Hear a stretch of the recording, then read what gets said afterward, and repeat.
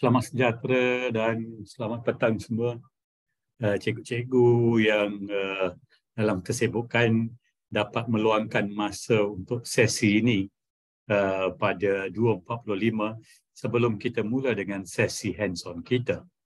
Tuan-tuan dan puan-puan, tajuk saya pada hari ini ialah Half-Life of Knowledge. Seperti kita tahu bahawa kita sentiasa menerokai ilmu. Kita menerima ilmu semasa kita belajar di universiti. Sebelum itu kita belajar di sekolah. Tapi terdapat ilmu yang akan menjadi ilmu yang tidak benar lagi atau ilmu yang telah obsolet, dan ada pula ilmu yang baru. Dan perkara ini, proses ini berlaku daripada masa kita belajar lagi. Dan saya akan uraikan perkara itu. Of course, dalam mencari ilmu ni, kita banyak yang perlu diperolehi, tapi masanya tidak mencukupi. Kita sentiasa mencari masa untuk mendapat ilmu yang terkini. Ya. Mula kita lihat slide yang berikutnya. So, tuan-tuan dan puan-puan, apa sebenarnya half-life of knowledge? Ini adalah satu konsep yang diasaskan oleh Fritz Machlup pada tahun 1962. Ia merujuk kepada tempoh masa yang berlalu sebelum separuh daripada ilmu dalam sesuatu bidang telah dilangkaui oleh ilmu baru. Atau ilmu yang sedia ada sudah didapati sudah luput atau jadi obsolet, atau fakta yang tidak lagi tepat atau betul. Saya masih lagi teringat minggu lepas pun berlaku perkara ini, di mana kita lihat ya, orang masih lagi pertikaikan ilmu tentang kolesterol, dan banyak debate berlaku berkaitan dengan kolesterol. Adakah ubat kolesterol ini sememangnya diperlukan? Atau there's no such thing as bad cholesterol. So ini menjadi tumpuan pada mereka yang terlibat dalam bidang perubatan. Kerana apakah fakta yang betul dan yang lama tu yang tidak tepat lagi. Half-life didapati makin cepat berubah, terutama sekali pada zaman sekarang. Bagi setengah bidang, khususnya seperti perubatan, ia berlaku dengan begitu pesat. Kita tahu bahawa cara kita mengubati sesuatu penyakit pun telah berbeza. Cara kita buat diagnosis pun telah berbeza. Dan saya banyak kali saya sebut, correct diagnosis is half the cure. So, cuba bayangkan kalau kita ada doktor yang tidak mempunyai ilmu yang terkini, masih lagi dengan ilmu yang lama, maka adakah dia akan mampu buat diagnosis yang tepat?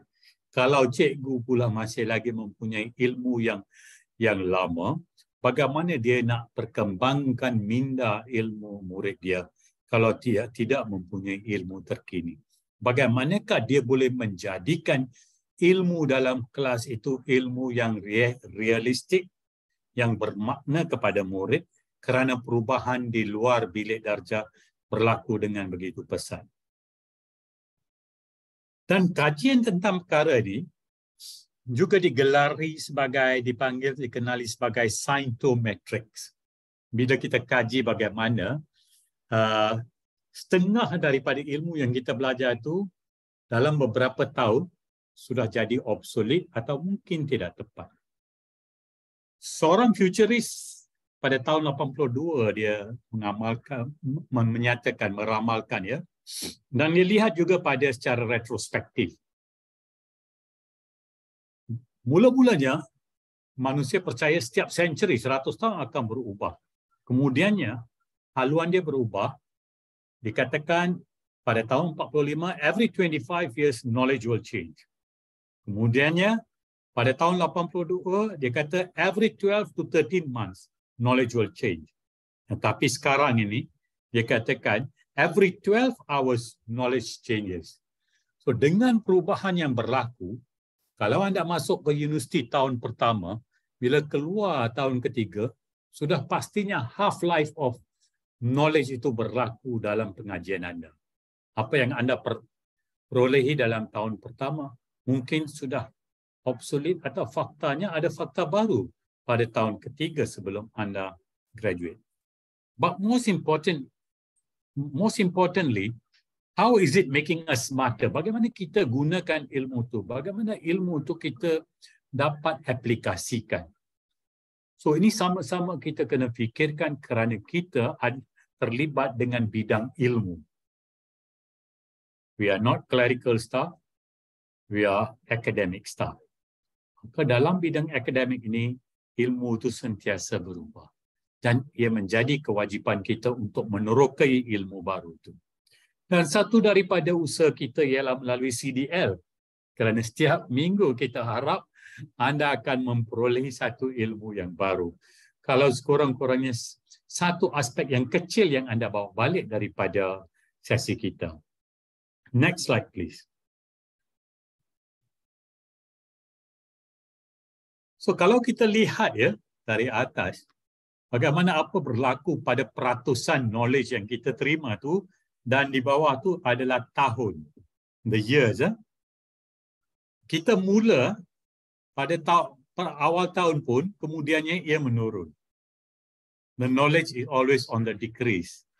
Kita fikir the knowledge jumlahnya mungkin increase, tetapi kesahihan atau knowledge yang obsolete itu akan membuat knowledge kita tu menurun. Yang terkini, yang ilmu yang memang kita nak guna pakai.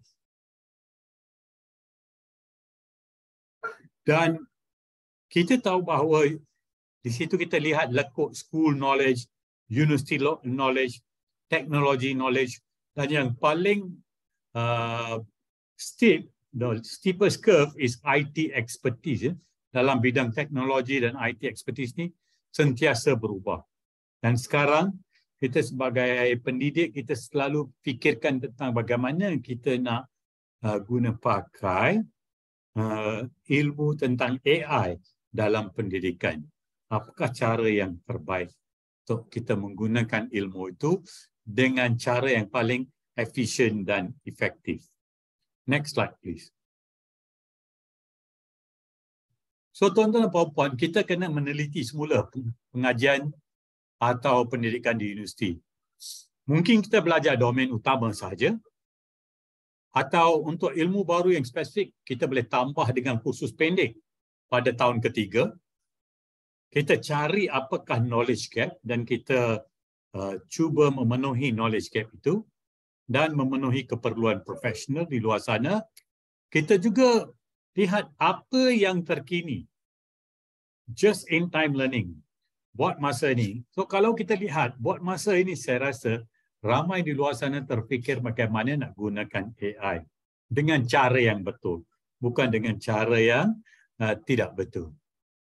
Dan kalau kita kenal ilmu itu, half-life, iaitu jangka masa ilmu kita menjadi tidak relevan, akan dapat kita kurangkan. Dan kita juga walaupun kita dah graduate, lama dah, kadang-kadang sudah dekat 20 tahun, kita graduate, kita kena fikirkan bahawa bagaimana ilmu tu kita boleh perkinikan. How can we make them?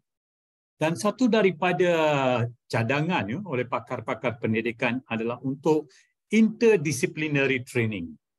Daripada hanya bachelor pendidikan, mungkin kita kena fikirkan, selalu kita sebut tentang cabaran mental dalam kalangan murid dan sebagainya. Mungkin bachelor pendidikan sekarang kita perlu kaitkan dengan psikologi. So ilmu yang kita peroleh itu multidisciplinary atau aspek humanities dan sebagainya. Kita cari interdisciplinary training yang terbaik untuk guru-guru. Saya suka kata hikmah oleh Khalil Gibran. A little knowledge that acts is worth infinitely more than much knowledge that is idle. Kalau kita ada banyak ilmu tapi dia tersimpan saja, kita tidak gunakan, dia tidak membawa faedah. So, ilmu yang kita ada walaupun kalau kurang, harus kita gunakan di mana jua pun. So, itulah langkah yang kita harus sentiasa mengutamakan. Nak mencari ilmu, nak meneroka ilmu, nak ilmu yang terkini kalau sesuatu itu sudah jadi obsolete. Next slide, please.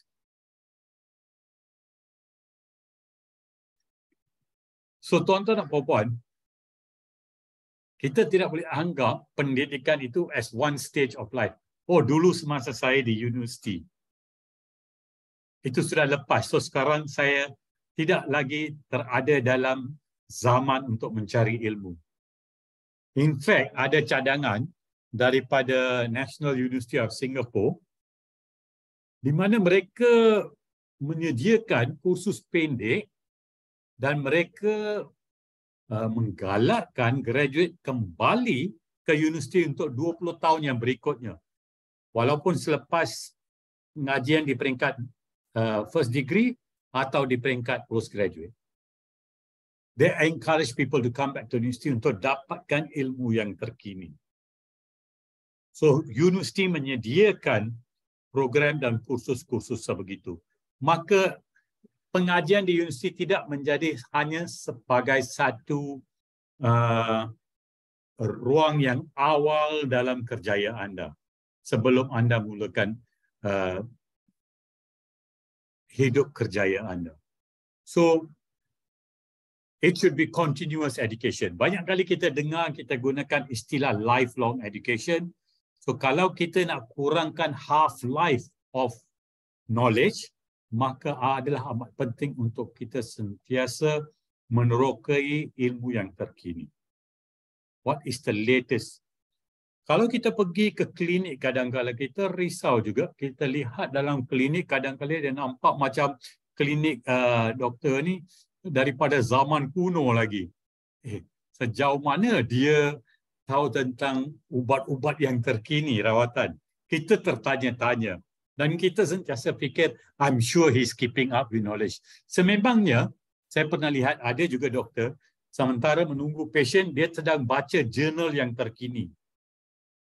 They are looking at the latest journal untuk melihat apakah ubat-ubat yang terkini, apa kelebihan, what are the side effects dan sebagainya. So it's so important to be updated, up to date with the knowledge, right?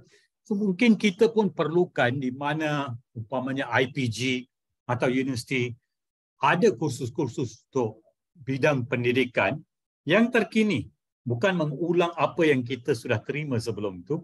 What's new? Apakah yang terkini? Apakah yang akan membawa satu faedah kepada tugas kita, tugas harian kita? Next slide, please. Remember, knowledge is power. So, dalam dunia pendidikan ada satu kajian, walaupun dah lama, saya ingat sekarang ni lagi ringkas lagi.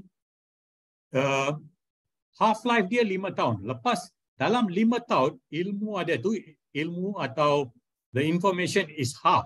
I mean dari segi how relevant it is. Kerelevanan ilmu itu akan kurang dalam 5 tahun.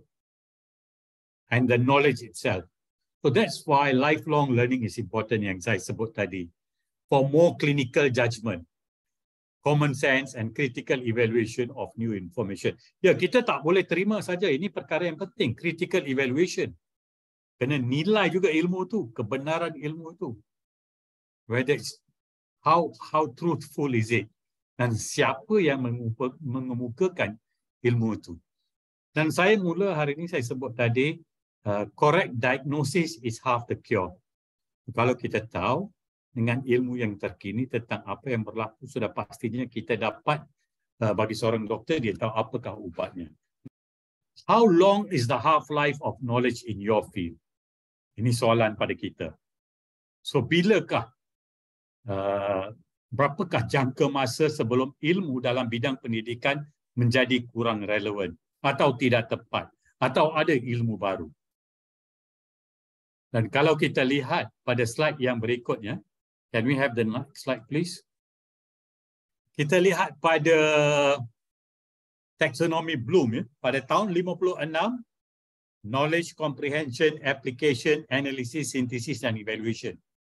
Yang terkini pada tahun 94 dan mungkin dalam masa yang akan datang ada penulis lain yang akan mengemukakan taxonomy yang baru. You're remembering, understanding, applying, analyzing, evaluating and creating. Sudah berubah. Inilah arah yang terkini dalam bidang pendidikan umpamanya. Next slide please. So tuan-tuan dan puan-puan, the way forward,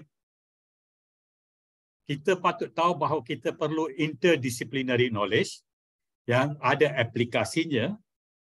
Kemahiran yang kita perlukan khususnya dalam bidang kita sebagai pendidik. Dan juga dalam bidang yang kita paling mempunyai minat kita, we are passionate about it. Dengan berlaku pandemik dan dalam keadaan muka, kita perlu buat refleksi dan kaji secara mendalam tentang ilmu dalam bidang kita. Dengan ilmu yang begitu rencam, dengan data yang begitu banyak, dengan pelbagai bidang yang sentiasa menerokai ilmu baru, kita mungkin tidak ada pilihan. Kita kena supaya kita boleh bersama dalam menerokai ilmu yang terkini. Kalau kita menerokai melalui AI, maka itulah caranya. Or whatever other means of getting the latest knowledge yang boleh diaplikasikan dalam bidang kita. Next slide please. Tuan-tuan dan puan-puan, seperti biasa kita tahu bahawa half knowledge is worse than no knowledge, but half knowledge is not the complete knowledge. So kita kena cari ilmu yang kita perlukan. So dalam sesi-sesi kita, kita sentiasa menerokai ilmu yang kita perlukan. Jangan lupa bahawa buku adalah beban latihan untuk minda. Books are the training weights of the mind. Dan saya selalu sebut, it's easier to build strong children than to fix broken adults. And most importantly, when we read, we are thinking. If a child can't learn the way we teach, maybe we should teach the way they learn. Itu saja daripada saya.